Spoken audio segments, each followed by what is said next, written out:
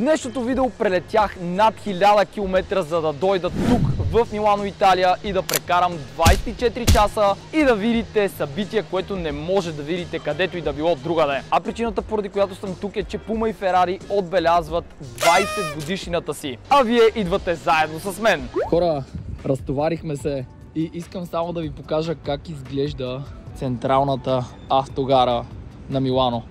Това е брутално, жестоко, супер красиво просто на живо. А нямам търпение да разгледам и още какво може да предложи града. Въпреки че имам само 24 часа.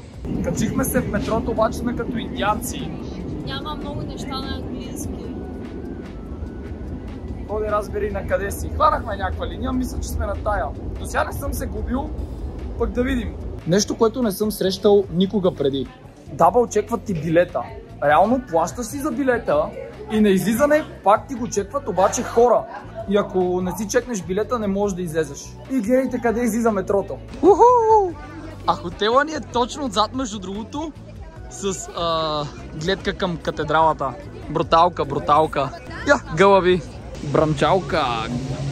Майко ще сгази гълъбите, лудия. Аз лично не съм спал и съм супер изморен. Полетът ни беше в 6 сутринта. Станахме към 4 да се оправим и тръгнахме. Нужда от кафенце. И събитието започва след 2 часа, така че надявам се да е много яко. Между другото, ако не сте видяли, имам специален мърч, който е на Puma с Ferrari. Освен това, ето това брутално яке, което да ви кажа често, мислех си, че няма да ползвам, обаче тук температурите не са като в България.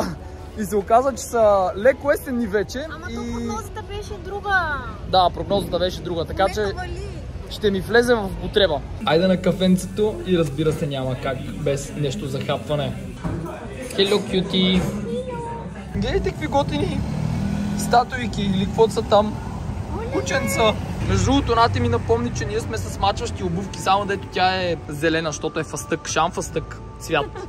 Ей, пристигаме, бият камбаните за нас. Без да искахме, влязохме в някакъв католически университет и е много яко като по филмите. А, катеричка!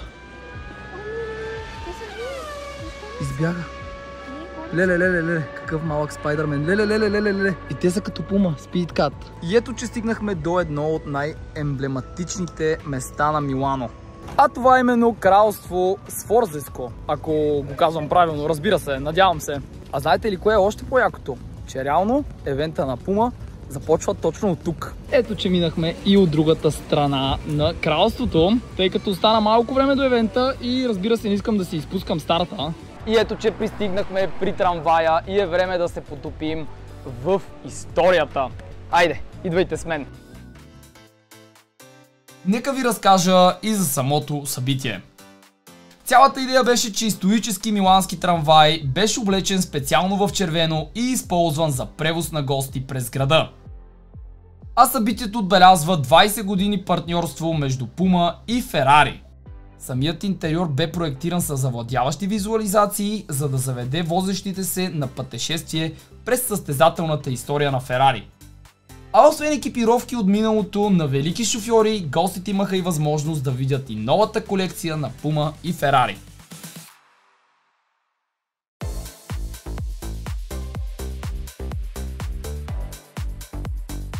Мина возенето с трамвая, беше много яко.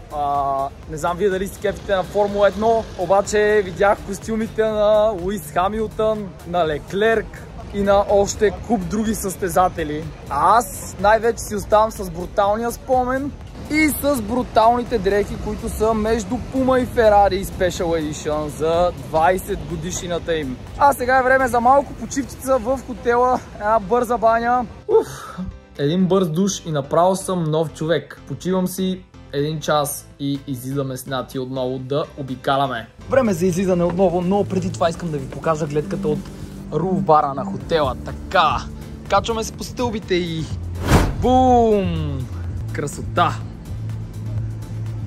Така, освен това виждаме буквално адски голяма част от града. И между другото, утре преди да си тръгна, много бих искал да посетя ето тази там сграда, която цялата е с растения.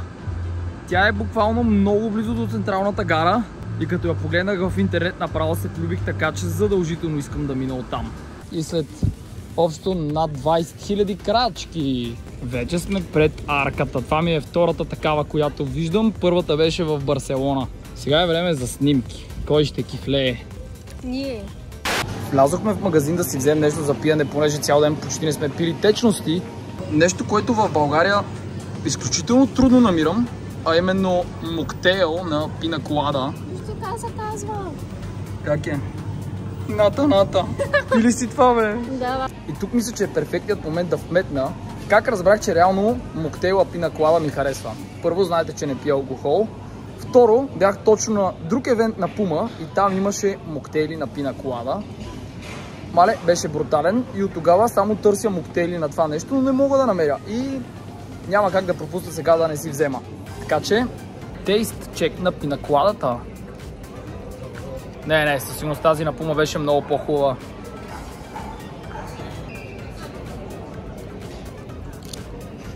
На нея даже изобщо ни хареса. Само 28 000 крачки, мисля, че по-късно сме тук. Време е за финалното нещо за деня, а именно сладко. Опалянка, взехме си две тирамисута, едно класическо и едно с нутела. Рония крокодилски сълзи, понеже това с пистачиото беше свършило, а много ми се искаше да го пробвам. Между другото, това местенце го видях от TikTok, понеже чудех се с какво сладко да си завърша деня. Абе, всеки път си взимам гофрети, всеки път са някакви тонати, някакви такива работи. Това като ми излезе някакво специално местенце за тирамисута, сладоледчета и готини напитки, само че аз вече се напих достатъчно. И да, взехме си ги за в хотела и предстои да ги пробваме. Крачките за деня 28 933, като по принцип са малко отгоре, тъй като не постоянно и двата телефона бяха с мен.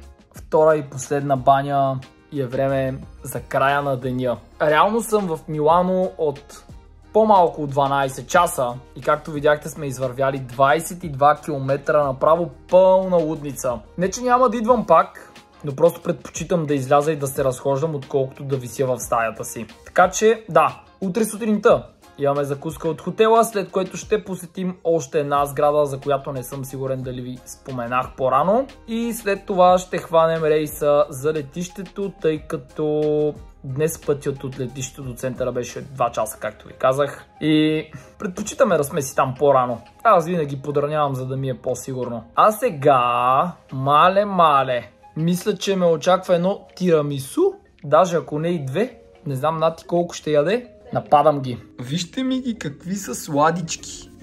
Да ги изпапкам. Аз предлагам да си ги разделим. Половината класико за мен, половината нутела за мен. После ти ядеш колкото можеш и останалата част отново за мен. Герите. Правим анбоксинг на тирамисутата. Опа! Мадре мия! Какви бяха? Едното е класик и нутела. И нутела. Имаше и с пистачио, обаче... Беше свършило. Беше свършило, да. Но много искахме да пробваме, обаче да, не го гря. Другия път. Нутелка. Класик. Колко яко са ги направили кутийките. Така, започвам с тейст чек на класическото. Аз по принцип правя тирамису и знам колко вкусно е по принцип. Аре, аз бръкнах дълбоко, пък нищо не извадих. Как е? Като класическо тирамису? Да, мисля, че ми трябва обаче малко по-голяма хапка, че аз усещам по-големите неща. Хубаво е, но със сигурност може да го правя по-хубаво. Пробвайте. Обаче разликата в твоето е, че ти слагаш уиски? Да. То така се прави? Да, ама това май няма. Не знам, той е много му е лек вкуса. Седно ядеш тирамису, само че на 30% вкус, нещо такова на 30-40. Аз смятам, че е вкусно, в смисъл леко. Да, много е леко, много е леко. Ама чакай. Това вече ще убива. Предполагам. Надявам се. Значи това е буквално същото, само че с нутела. Тук нутелата му прави вкуса. Не, ще ми извиняват тия пичове, ама моето е много по-вкусно. С вас ще се видим сутринта, а на нас ни пожелавам да ни е сладко. Добро утро от ден 2. Часът е 8 и ние отиваме да закусваме. Ето какво има и за ядене. Буквално можем да си направим доста неща. Това между другото ни го казаха на рецепцията, че яденето ще свърши по някое време, което не беше много добре и затова станахме по-рано. Готов съм аз с хапването, той ще е моята закуска с една лимонадка. Нати е с една идея малко по-малко храна. Айде, Сънчо, ставай. Еми, всеки момент тръгваме към летището. За жалост времето се окара и не успяхме да посетим онази сграда, за която ви говорех. Но нищо, живи и здрави хора. Приключваме до тук видеото. Оцеляхме 24 часа в Милано. Буквално по същото време вчера пристигнахме в града и по същото време си тръгваме. Ако епизода ви е харесал, щипете лайк бутона, абонирайте се, коментирайте и благодаря ви, че гледахте. Чао, чао и до скоро!